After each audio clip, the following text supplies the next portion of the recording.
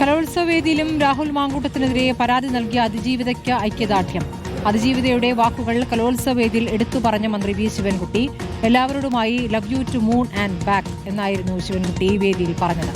മുഖ്യമന്ത്രി കയ്യിൽ പിടിച്ച കപ്പിലെ വാക്കുകൾ എല്ലാവരും ശ്രദ്ധിച്ചു കാണുമല്ലോ. എല്ലാവരോടും പറയാനുള്ളത് അതാണെന്ന് പറഞ്ഞാണ് പരാമർശം. കഴിഞ്ഞ ദിവസം ബഹുമാനപ്പെട്ട മുഖ്യമന്ത്രി കയ്യിൽ പിടിച്ചിട്ടുള്ള ഒരു ഗ്ലാസിൽ എഴുതിയ വാചകം എന്ന് വലിയ ജനശ്രദ്ധ നേടിയിരിക്കുകയാണ്. Love you to the moon and back. അതെ, നസീവുമായ സ്നേഹം നിങ്ങളോട് ഓരോരുത്തരോടും ഞങ്ങൾ പങ്കുവയ്ക്കുന്നു. നിങ്ങളാണ് ഈ നാടിന്റെ ഭാവി. എല്ലാവിധ വേർതിരിവുകൾക്കും അതീതമായി കലയുടെ ഈ വസന്തോത്സവ നമുക്ക് നെഞ്ചിലേറ്റാം.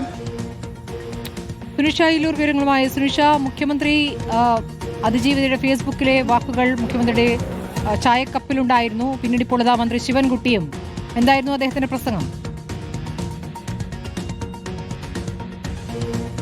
സ്മൃതി, അത് തന്നെയാണ്. വീണ്ടും ഈ അതിജീവിതയുടെ വാക്കുകൾ കടമെടുത്തുകൊണ്ട് സംസാരിക്കുന്നു എന്നുള്ളത് തന്നെയാണ്. നേരത്തെ തന്നെ കഴിഞ്ഞ ദിവസം LDFന്റെ ഒരു പ്രതിഷേധ റാലിയിൽക്കിടയിൽ, പ്രതിഷേധ സമരത്തിനിടയിലായിരുന്നു മുഖ്യമന്ത്രി അത്തരത്തിൽ love you to the moon and back എന്നെഴുതിയ കപ്പ് പിടിച്ചിരുന്നത്. ആ കപ്പിൽ പിടിച്ചിരുന്ന വാചകം അതെന്ന ആദ്യ പരാതി, രാഹുൽ മാങ്കൂട്ടത്തിനെതിരെ ആദ്യ പരാതി നൽകിയ അതിജീവിത എഴുതിയിരിക്കുന്ന വാചകങ്ങളിലൊന്നായിരുന്നു. അത് പറഞ്ഞതുകൊണ്ട് തന്നെ സ്വാഭാവികമായും അതിജീവിതയ്ക്കുള്ള ഐക്യദാർഢ്യം എന്നത് തന്നെയായിരുന്നു.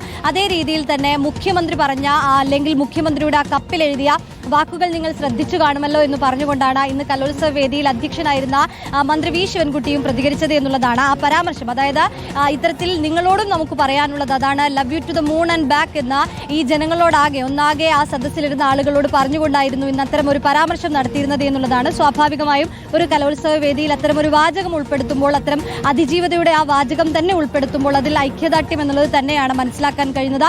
കഴിഞ്ഞ ദിവസം മുഖ്യമന്ത്രി ഒരു കപ്പിലൂടെയാണ് അത് കാണിച്ചിരുന്നതെങ്കിൽ ഇന്ന് ഏതായാലും ആ വാചകം, മുഖ്യമന്ത്രിയുടെ കപ്പിലെ ആ വാചകം എടുത്തു പറഞ്ഞുകൊണ്ട് അതിജീവിതയ്ക്കുള്ള ഒരു ഐക്യദാർഢ്യം തന്നെയാണ് ഇന്ന് കലോത്സവ വേദിയിൽ കണ്ടത് എന്നുള്ളതാണ്. ഏതായാലും അത്തരത്തിലുള്ള ഒരു പരാമർശമായിരുന്നു വി ശിവൻകുട്ടിയുടെ ഭാഗത്തു നിന്ന് കലോത്സവ വേദിയിൽ കണ്ടത്. സുനിഷ ഇല്ലൂരാണ് വിവരങ്ങൾ നൽകിയത്.